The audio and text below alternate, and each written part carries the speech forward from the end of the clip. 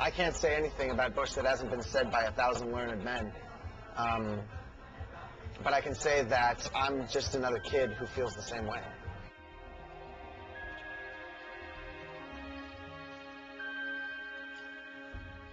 Well, SorryEverybody is a website where American citizens took pictures of themselves and posted them with a message apologizing to the rest of the world for the re-election of Bush. It wasn't their fault, of course, but they were somehow embarrassed that they lived in a country where a majority of the voters, a small majority but still, believed in Bush and the people behind him even after all the lies they told. It's very lucky that we have such a medium where people can just express themselves very spontaneously. I'm an American, so my first instinct when confronted with the grief and the despair and the sadness was to capitalize on it. Really, I thought that, like with many things that you might consider tragedies. Now, for many that's an overstatement. For many that's an understatement. For me, I'd say tragedy is about right. For many things that people consider tragedies, the best way to respond to them is with humor, black humor if necessary. And that's what Sorry Everybody originally was intended to be. I drew Sorry World, We Tried on a piece of paper just on my notebook that I use in class. And I held it up to my digital camera and took a picture on the self-timer and posted it on the web as a joke, because that's woefully insufficient, wouldn't you think? But I bought the domain name on a whim. I had 20 bucks lying around, and threw it up there with a very, very basic site attached to it, and said, hey, send me your pictures. And long story short, by the end of the week I was on CNN. We'd had 5,000 submissions. It took off like a model rocket coated with kerosene. I originally hosted it on my USC web server that all students get access to. I received an email from the USC Tech Department later that day complaining that I'd received 2.1 million hits in the course of 3 hours and that they were taking my site down.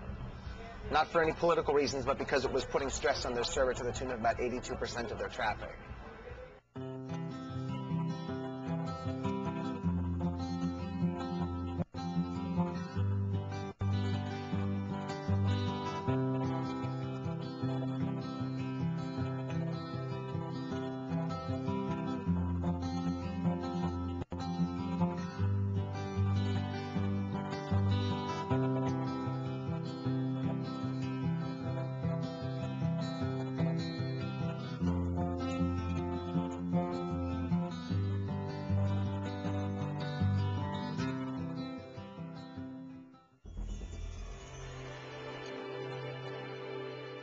ApologiesAccepted.com was the response by a gentleman named Thijs Leidens, a Dutchman, to SorryEverybody.com. It took the website's format and duplicated it, and instead was a collection of pictures of, I'd say mostly Europeans, but people from around the world holding up signs accepting people's apologies. It was just sort of a gesture of outreach, you know, the hand touching the hand, kind of, I don't know. I thought it was really touching. We got a lot of those same submissions, those apologies accepted, those, hey, you know, we salute you from Germany, you know, here's a Heineken. And I loved every single one of them. I think that Apologies Accepted, surfing through it, hit me a lot harder than my site did. Just the feeling that something that I had initiated had really caused some kind of essential communication, something really simple, something direct, something like, it's okay.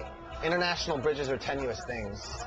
They come and go like the winds, you know. We didn't used to hate France, we used to hate Germany, you know, we used to hate Japan. Now we can't get enough of them.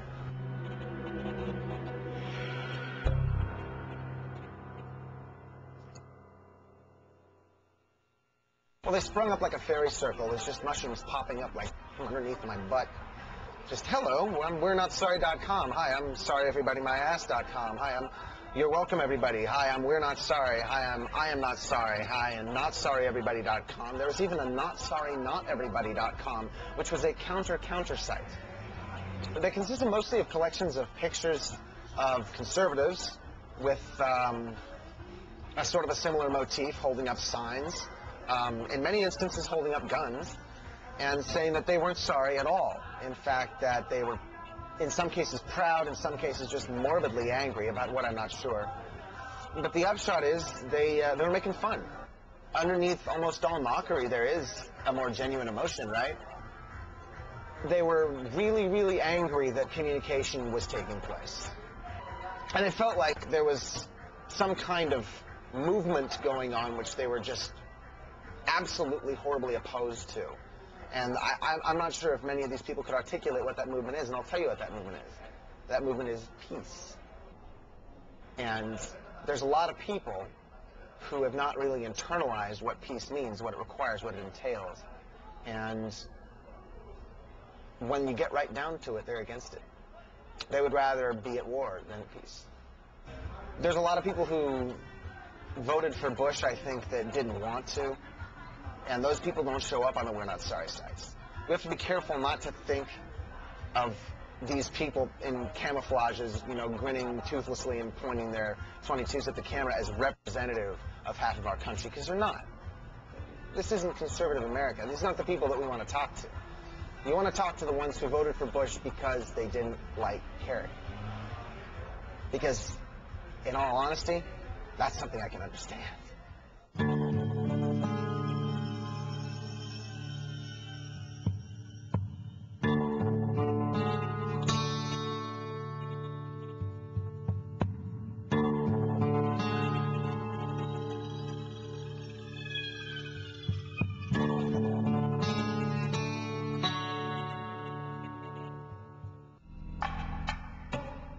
We have this idea in the United States that the U.S. liberated Afghanistan, that somehow we broke up all these terrorist networks and we liberated the women from the Taliban, and that people's lives are better in Afghanistan. They're not.